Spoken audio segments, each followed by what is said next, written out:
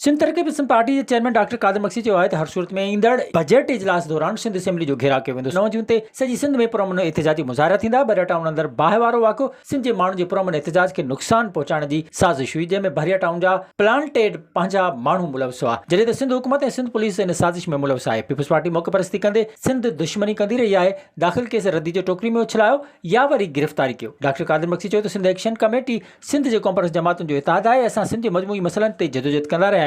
6 जून वारो धरणो सॼी सिंध जे लाइ ललकार बणिजी वियो। पहिरियों दफ़ो सॼी सिंध जो क़ौमी मेलो नज़र अची रहियो। इन दौरान बरिया टाउन जे तयार कयल माण्हुनि सभ खां पहिरियां वञी उते बाहियूं ॾियण जी कोशिशि कई त असांजे रज़ाकारनि झंडनि मां लठियूं कढी उन्हनि खे भॼायो। बरिया टाउन जा माण्हू बरिया टाउन जे अंदरि पंहिंजूं कार्रवायूं कंदा रहिया, जेके अॻु ई तयार बीठल हुआ। हुन चयो त हाणे इहो सुवाल थो पैदा थिए त 1300 खां वधीक पुलिस एहलकार, 15 DSP ऐं केतिरा ई SSP उते मुक़ररु थियल हुआ। उन्हनि जी हूंदे शरपसंद अंदरि कीअं दाख़िल थिया? पुलिस जी नाकामी आहे। हिकु सवाल जे जवाब में हुन चयो त जस्कम पारां हड़ताल जो सॾु ॾिनो वियो आहे त असां उन जी अख़लाक़ी हिमायत कयूं था। डॉक्टर कादिर मक्सी मुतालबो कयो त जस्कम चेयरमैन सनान कुरैशी ऐं गिरफ़्तार कयल समूरनि बेगुनाह माण्हुनि खे आज़ाद करे केस ख़त्म कया वञनि। असांजे मथां दाख़िल केस रद्दी जो टोकरी में उछलायो या वरी गिरफ़्तार कयो। इन मौक़े ते हैदर शाहानी समेत तरक़ी पसंद पार्टी जा मरकज़ी अॻवान पिणु मौजूदु हुआ। ॿिए पासे डॉक्टर कादिर मक्सी जे प्रेस कॉन्फ्रेंस दौरान तरक़ी पसंद हाउस ॿाहिरां पुलिस मोबाइलूं मौजूदु हुयूं ऐं मोटरसाइकिल सवार एहलकार बि तयार बीठा हुआ। जॾहिं त हुन खां सवाल अमदार चौक ऐं नसीम चौक समेत कासिमाबाद जे मुख़्तलिफ़ रोडनि रस्तनि ते पुलिस मोबाइलूं बीठल नज़र आयूं ऐं एहलकार गश्त कंदा रहिया। पुलिस एहलकारनि जहिड़ी चुरपुर खे ॾिसी डॉक्टर कादिर मक्सी या कंहिं ॿिए जी गिरफ़्तारी जा